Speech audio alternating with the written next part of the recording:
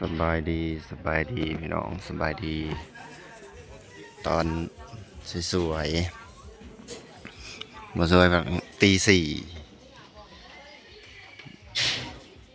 นี่ก็เป็นมือแจกเขาพี่น้องแจกเขาน้ำเอาเพชรเกียมโตเกียมตังเห็ดอยู่เห็ดกินขั้นตอนสุดท้ายตั้งช่วยนี่กับตั้งช่วยนี่นึงกับนี่ เตรียมโตเตรียมตังนะพี่น้องงัวกับครัวแล้วนะ เส้นก่อนเส้นก่อนนะ ใหญ่อ้วน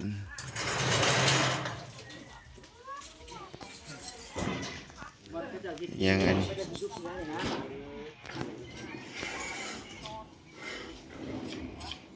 หมอแกงพี่น้องอันนี้แกงชิ้นงัวของกินแกงนี่ยังปลาตัวพักสลัด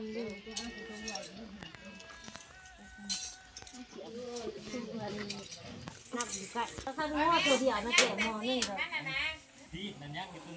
เออ กูดีพอบอกแล้วเบิร์ด อันนี้พักบ่อน ไปดีพ่อแม่พี่น้อง ป้าไปเอาผักกระโดนมาแต่ใส่นะ หวานมันสิบ่หอดน้ำมันปุ่งเนาะค่ะไม่ได้อึดได้มันโขกได้อึด หัวแล้วเบิดแล้วพี่น้อง ธรรมชาติบ้านเฮา มันนี่เป็นเก็บดูกเก็บดูกแจกเขาพี่น้อง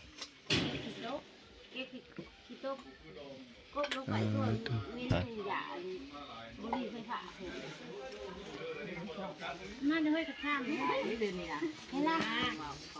ให้ล่ะข้ามมา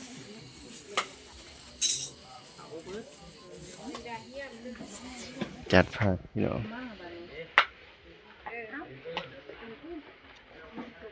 เตรียมผักใส่ถุง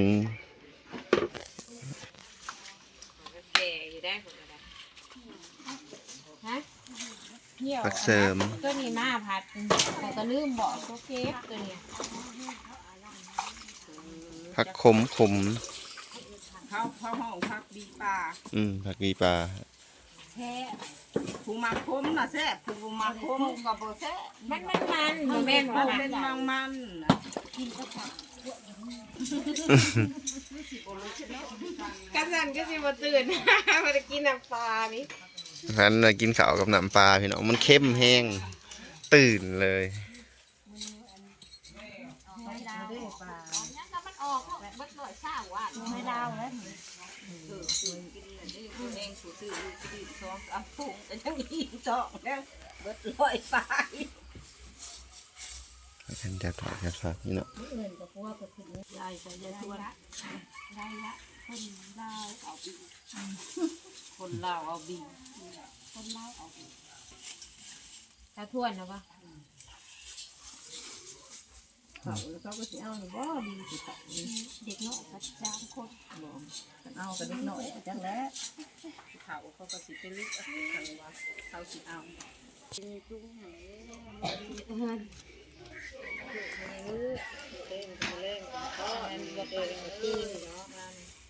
ยัง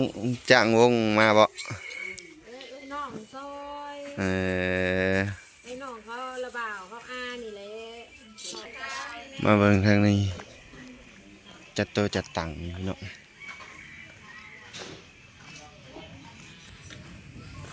จัดโตะจัดตังค์เกียม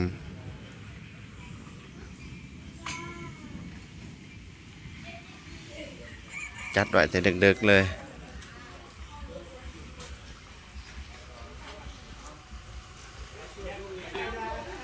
หาแขกมา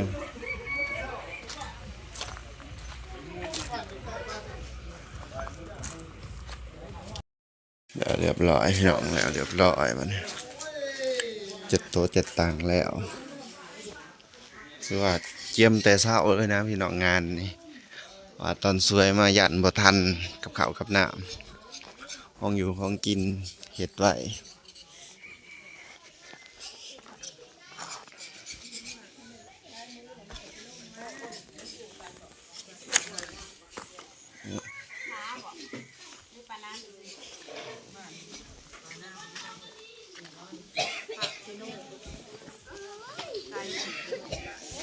เห็นแล้วได้เท้าลูกไผ่ใช่อันก้นหอเลยเท้ามึงบอกกินแต่ผมมึง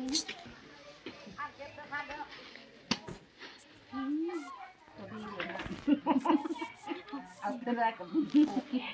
พักจังคือบนได้ฮะก้นดากเตะปุกเขาหายเขาไปทุก จะกินหายสิช้างฟ้าสิหายก็หายเขากิน อันนี้สะระแหน่เนาะผักเสริมบ้านเราเป็นอยู่ไทยห้องสะระแหน่ผักกระโดนนะตัวก้อยกระปอมนี่เนาะ เตรียมเสือทงเมียนพี่น้อง ไข่โคก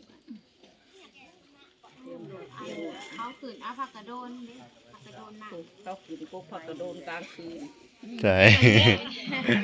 ใช่ กระโดน โบ้ย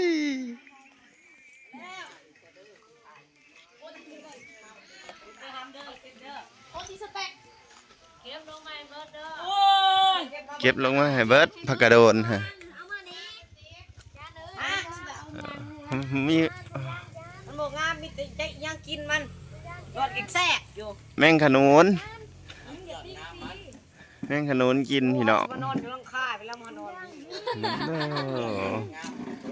แมงขนุนกินน่ะแม่นความมันแหละหลอนแกแสกอยู่ ลุกมาเลย นกเอาเพื่อนเด็ดเอาเยอะนกเอาหมดเงาตีนะพี่ ตีเลย อยากเจอ เด็กๆเลยพี่น้อง จักมงวะที่หา อยู่ปลายใหม่ กินเวียนแน่น่ะเหยียบจ้าลูกเอาออกตัวโลด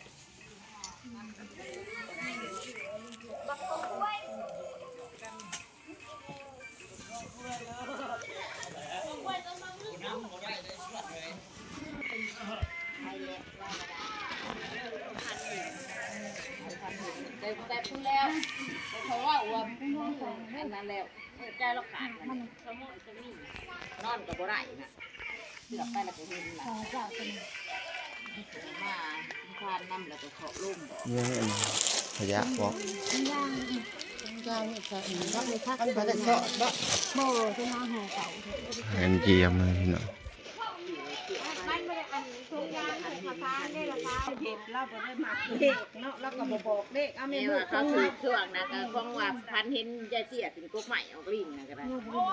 อันละกาเราบอกลิงว่าเอามาในนี่นะเอามาใส่ในนี่ด้วยเนี่ย มาใส่ในตู้ พันว่าเห็น ป่าเราแตกโตแหละเลยเนาะมึง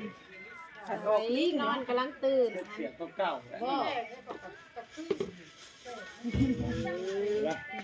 คือว่าผมก็คือว่าวีเป็นหยานเป็นหยีบมัดเป็นหยาน นอนเองนอน เจียมพี่น้อง กับเห็นเรา ผักหญ้าขาคิงใส่ถุงใส่หยังไว้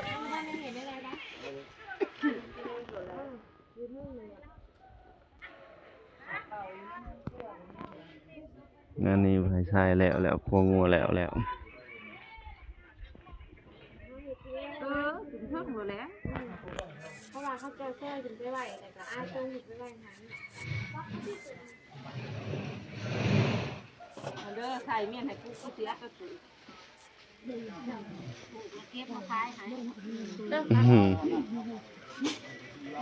ก ระโดนเอาหยอกชื่อได้ย่ำอยากกับเนี่ยแล่นโลดอยู่แล้วต้มปึ๊ก พักห้องก็พักนั่น เขา ดู บ่ได้ ดาว ไป พัก เสื้อได้ เอียนเมียนใส่งานดองเหลือดองหนังดองเอื้อละ มือได้ดอง ง่ายมือ3 คำ มืออื่นมือนี่แล้ว มีแต่ดองพี่น้อง 3 คำวันที่16 มีแต่ดองมีแต่งานอีกแล้วบาดนี้ คนละอุ๊กอ่าง ไล่สตินี่มีพ่วงไล่เบิ่งละ200,000 อันนี้ก็ทางของแพงว่าคนที่ไปทางนั้นทางที่เขาก็หาเบิดทอง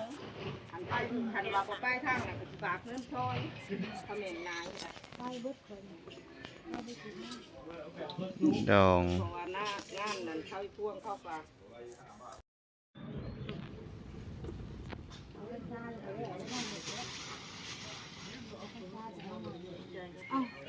พี่น้ามาจิ้มลงอันนั้นบ่หรืออันนั้นก็อยู่นั่น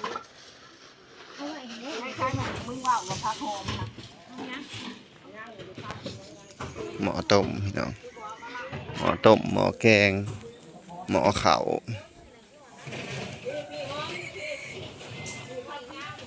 เฮ็ดหยังวะนี่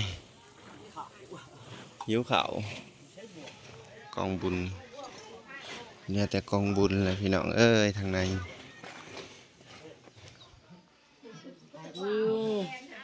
อาบุตร